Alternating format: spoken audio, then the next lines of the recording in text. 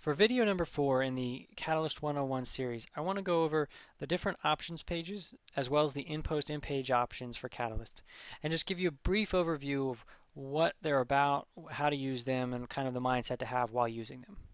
And what I mean by that is if we go to your WordPress dashboard and let's start with core options.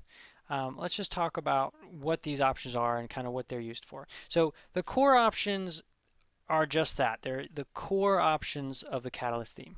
They're kind of set it and forget it options. These are the options that you generally, once you kind of have a rough understanding of what they do and how they work, you want to kind of go through each tab and make any changes or adjustments to the settings that you need to initially set up your site. And then there's a good chance you won't go back to the core options very often at all, because like I said, these kinds of options aren't generally options you're going to change that often. You certainly can, but they're just the basic settings for your theme. So once you've kind of gone through these and set that up, you can then go to your dynamic options, which are your design options.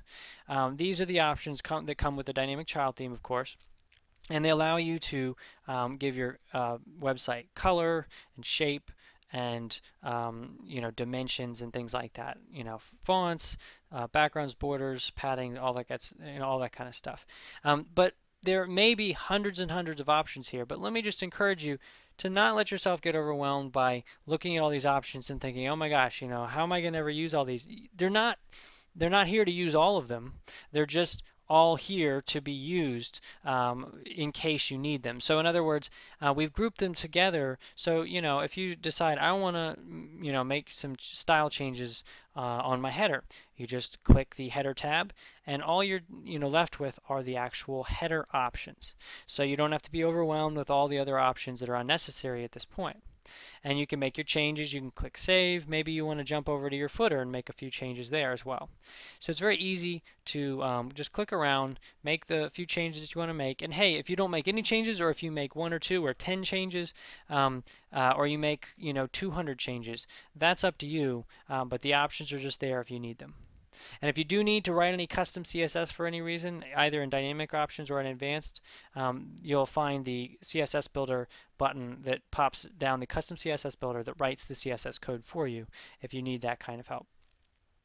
And then finally, as far as the main options go, there's the advanced options.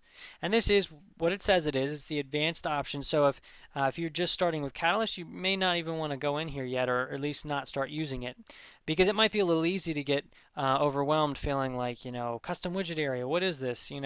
What are hooks? Who knows? But if you do understand this, or if you want to start playing with it, the advanced options is the section where you really create these structures, the custom structures of your web pages and posts. So for example, you can create your custom layout, give it a name and a special sidebar layout, and then you can create custom layouts and hook boxes, give them names, hook them in, or just tell them to display on a certain part of a page or post, and then you can select specific custom layouts or even the default layout to display on. And so this just gives you a lot more control to build your structures, and then you can go to your pages and posts, which I'll show you in a second, as well as individual types of pages, maybe category pages or tag pages or author pages or whatever. And you can assign these special structures that you've created. And just to give you an example, let me just type one out, just test layout, give it a right sidebar, save changes. And that way I can show you when we go to in post and page, I'll show you how you can select your test layout, for example, to display on a specific page or post. All right, and then there's also custom CSS, which is just a simple box that allows you to easily add custom CSS if you need to do so in the Catalyst theme. And of course, if you need any help with that, you have access to the custom CSS builder right here. All right, so now let's go to a page. And if we go to a page, and we can either add a new one, or we can just edit a current one, which is what I'm going to do, and that'll bring up the WordPress page editor.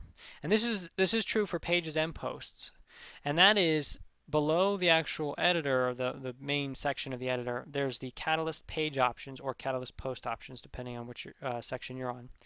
And in these Catalyst page options, you'll find SEO options. So you can give a special SEO title, description, or keyword, and set up no index, no follow, and no archive options if necessary. And you also can set up special header and footer scripts specific to this page or post. And then finally, remember when I added or created that custom layout, I don't have to use the default layout. I can actually select my custom layout or any number of custom layouts. If I've created multiples, I could select a different one, of course, and select that, click update, and then this particular page will use that structure that I created in the advanced options. All right, and finally, I just want to mention, I mentioned categories and tags and author pages. If you go to individual categories and you edit them, you can see there's a Catalyst layout option where you can select custom layouts if you'd like. Same thing with your tags.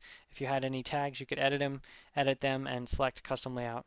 And then if you go to your author, the author profile section, there's Catalyst admin or Catalyst user settings as well, which allow you to control which admin menus display if you want to restrict those for any reason, as well as you can select custom layout for this particular author page. So as you can see, there's many different locations for these Catalyst options, and they're spread out throughout the WordPress dashboard. But like I said, don't let yourself get overwhelmed. Don't worry about all the different possibilities. The possibilities are only there for you to grow into, not for you to necessarily understand right off the bat. So anyway, I hope you found this useful, and next we're going to talk about Catalyst widgets and just go over WordPress widgets in general. So I'll see you then.